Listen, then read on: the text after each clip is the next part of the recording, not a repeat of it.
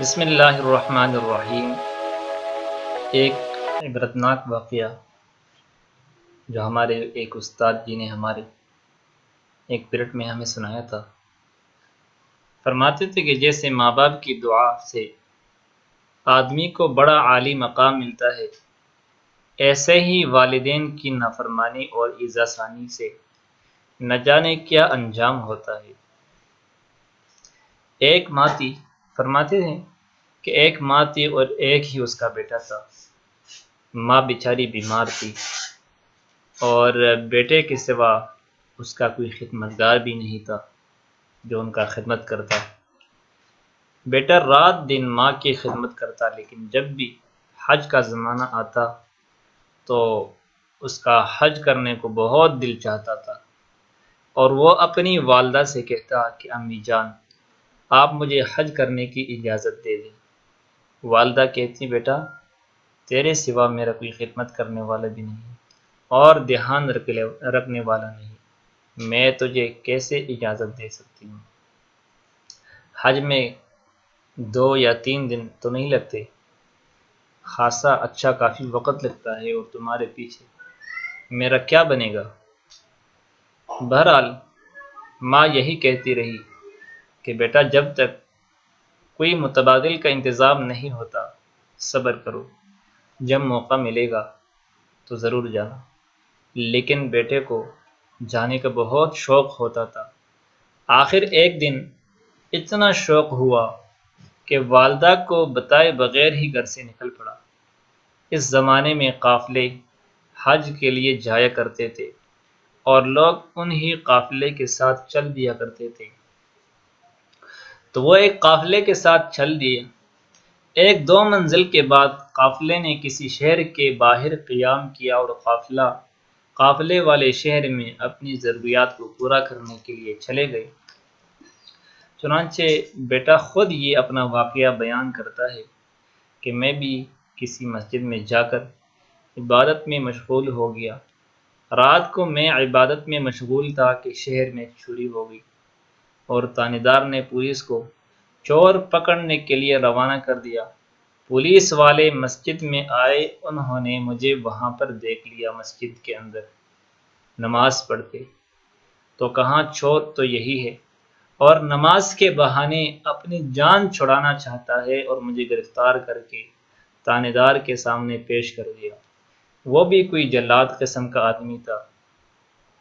اس نے لوگوں پر رعب اور اپنی دان بٹھانے کے لیے میرے دونوں ہاتھ اور دونوں پاؤں کاٹ دیے، اور میرے دڑ کو ایک ریڑھی پر رکھ کر منہ کالا کر کے شہر میں گھمایا کہ جو بھی چوری کرے گا اس کا یہی انجام ہوگا، اور ساتھ ساتھ ایک آدمی اعلان کرتا گیا کہ دیکھو جو چوری کرے گا اس کا یہی انجام ہوگا۔ میں نے کہا نہیں، بلکہ یہ اعلان کرو کہ جو ماں کی اجازت کے بغیر حج کرنے جائے گا اس کا یہ انجام ہوگا۔ جب بار بار یہ اعلان کیا گیا تو لوگوں نے مجھے دیکھ کر پہچان لیا، کیونکہ یہ ماں بیٹے عبادت گزار تھے اور بڑے بزرگ تھے، اور یہ بڑے معروف بھی تھے کہ یہ فلانی کا بیٹا ہے۔ لوگوں نے پہچان لیا، اور اس کی ماں رابعہ بصریہ کی طرح عبادت گزار تھی۔ اس بیٹے کی ماں رابعہ بصری کی، اس کے بارے میں تو شاید آپ لوگوں نے سنا ہی ہوگا، اس کی طرح عبادت گزار تھی، اور یہ بھی بڑا ہی نیک اور صالح بندہ تھا۔ لوگوں نے ایک دم تانیدار کا گھیراؤ کر لیا، اس کو اپنے قبضے میں لے لیا کہ کم بخت تو نے اس بزرگ کے ساتھ یہ کیا زیادتی کی ہے۔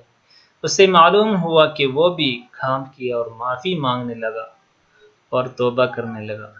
خیر میں نے اسے معاف کر دیا، اور میں نے کہا کہ مجھے میری ماں کے پاس پہنچا دو، اور میری ماں کو اطلاع نہ کرنا کہ تیرا بیٹا آیا ہے، بلکہ مجھ کو لے کر اس کی ماں کے دروازے کے پاس رکھ دینا، کیونکہ اس کے اب نہ ہاتھ تھے اور نہ ہی پیر تھے۔ لوگوں نے میرے کہنے کے مطابق میرے ماں کے دروازے کے پاس مجھے رکھ دیا، اور میں تکلیف سے کراہنے لگا، پکارنے لگا۔ میری ماں نے سمجھا کہ شاید کوئی فقیر کھانا مانگنے کے لیے آیا ہے، تو میری ماں نے کھانا نکالا اور کہا، لو بابا کھانا کھا لو۔ میں نے آواز دی کہ اماں جان، میرے تو پیر ہی نہیں ہے، میں کھانا کیسے لے لوں گا؟ اور آئے اور میرے پاس کھانا رکھ دیا۔ وہ آئے اور میرے پاس کھانا اس نے رکھ دیا کہ شاید اس کے پیر نہیں ہوں گے تو یہ کھانا کھا لے گا، اور پھر جو لے کے آئے ہوئی اٹھا کے اس کو لے جائے گا۔ میں نے کہا کہ اماں، میرے تو ہاتھ بھی نہیں ہے، کھانا کیسے کھا لوں گا؟ جب انہوں نے 3 مرتبہ میری آواز سنی تو پہچان گئی کہ ہائے یہ تو میرا بیٹا ہے، اور پھر وہ اٹھا کر مجھے اندر لے گئی۔ ساری رات ماں اور بیٹا روتے رہے اور گڑ گڑا کر اللہ سے دعا کرتے رہے کہ یا اللہ، جو گناہ مجھ سے ہو گیا اسے معاف کر دیجیے، اور ماں کی نافرمانی کا جو وبال مجھ پر ٹوٹ پڑا ہے، یا اللہ تعالیٰ اسے دور فرما دیجیے۔ روتے روتے اور دعا کرتے کرتے دونوں کی آنکھ لگ گئی۔ سویرے اٹھے تو اللہ تبارک و تعالیٰ کے فضل و کرم سے دونوں ہاتھ اور دونوں پیر صحیح سالم تھے۔ ماں باپ کی دعاؤں کا اثر یہی ہے، اس لیے ہمیں ماں باپ کا بڑا احترام کرنا چاہیے۔